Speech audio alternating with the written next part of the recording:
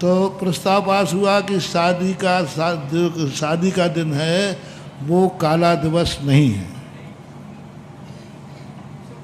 ना, बुरा सुख का दिन है सबकी तरफ से, ठीक।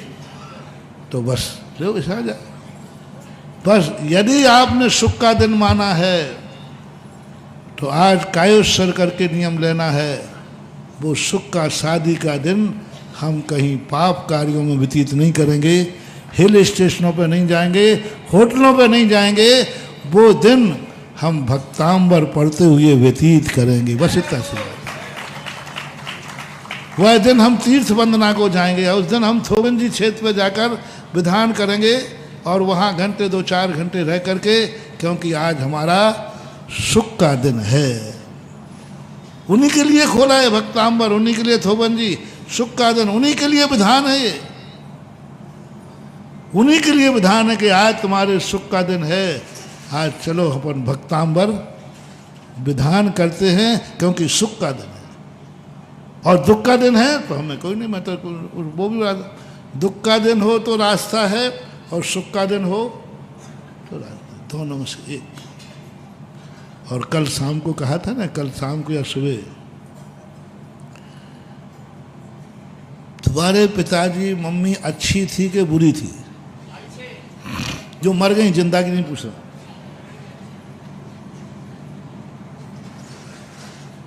सबके बाप कुछ ना कुछ तुम्हें दे गए कि नहीं दे गए? जन्म तो दिया ही होगा कि वो भी नहीं दिया? तेरे माँ बाप ने तुझे जन्म दिया है कि नहीं कि वो भी नहीं दिया? जोर से नहीं बोल रहे हो। हाँ दिया है। तो कम से कम बाप ने तुझे जन्म दिया, तूने बाप को क्या दिया? वो तो अपनी स्मृतियां छोड़ गया, वो तो अपनी स्मृतियां छोड़ गया, तुम्हें छोड़ गया, यही तो उनकी स्मृति है। लेकिन तूने उनकी स्मृति में क्या किया? वो तो स्मृति में तुम्हें छोड़ गया, तुम्हें दे गया कि मेरी स्मृति, मेरी निशानी मेरे मरने के बाद रहेगी। हर माँ बाप की मरने के बाद निशानी उसकी कौन है? संतान। वही निशानी, वही पता है, वही उसकी ध्वजा है कि यहाँ कोई व्यक्ति था जो मर गया। बोले कैसे जाना? उसका बेटा, अभी बेटा स्मृति छोड़ के गया बाप तुम्हारा।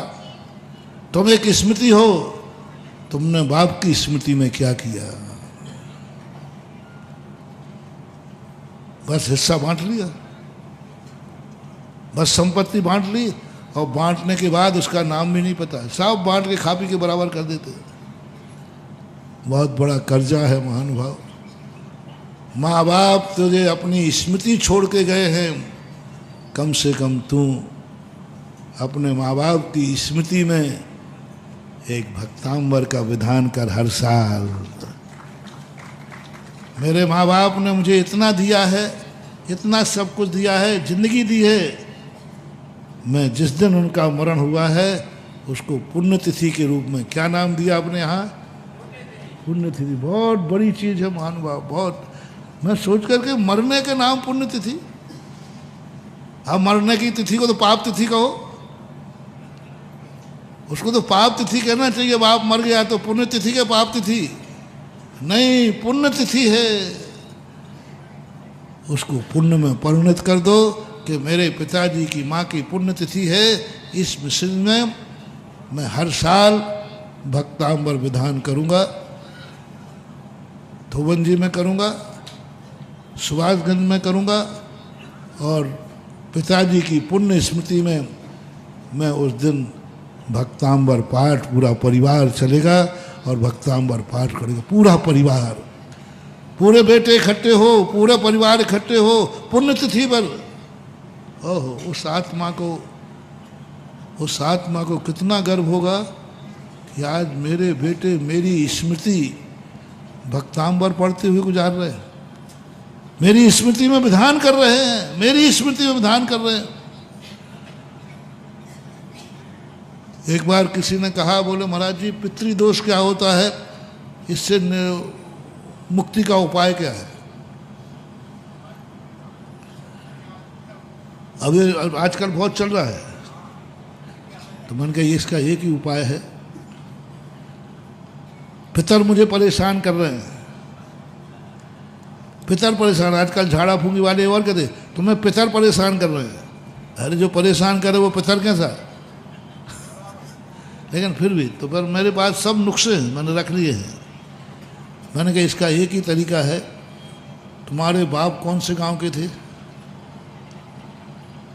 अब देखना मैं अपनी पोथी पत्रा खोल रहा हूँ। हाँ, तेरे बाप कौन से गांव के थे? अशोकनगर में सबसे ज्यादा गांव के लोग हैं। ये धुर्रा वाला बैठा है, ये कोई कहीं के बैठे हुए हैं सब, अमरोद है, कोई कहीं का है, अलग अलग। तो बस गांव का नाम बताओ, फलाने गांव में थे, वहाँ मंदिर था कि नहीं था, अभी है कि नहीं है। बस कुछ नहीं करना, जिस दिन बाप मरा है उस दिन वहाँ गांव में जाकर के बढ़िया विधान करो, पूजन करो, अच्छा करो, सारे तेरे पितर दोष दूर हो जाएंगे।